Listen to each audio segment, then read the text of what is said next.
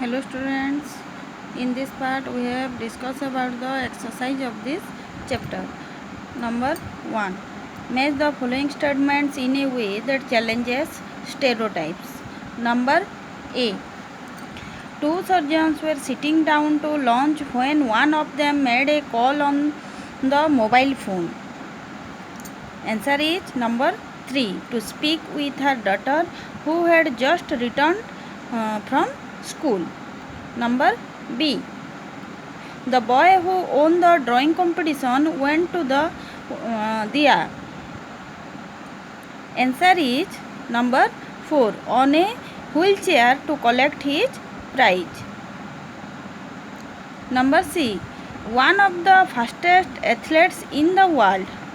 Answer is suffers from chronic asthma. Number D.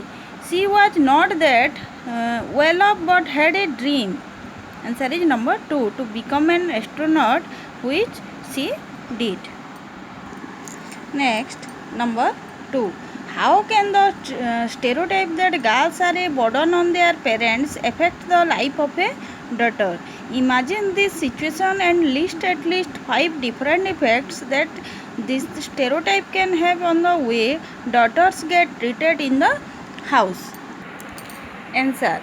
The stereotype that girls are a burden on their parents affects the life of a daughter in various ways.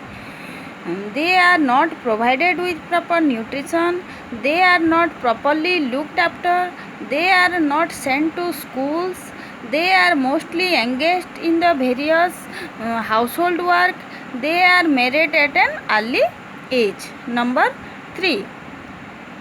What does the Constitution say with regard to equality? Why do you think it is important for all people to be equal? Answer. The Constitution states the following with regard to equality. The preamble of the Constitution provides equality of status and opportunity. The Constitution ensures equality to all in the eyes of law. No person is to be deprived of his liberty unless he has violated a law. There should be no discrimination on the basis of religion, language, caste, sex, etc. The Constitution guarantees equality of opportunity to all citizens in terms of employment and education.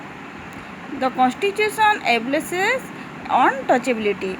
It is important for all people to be equal so that there is no discrimination among the citizens.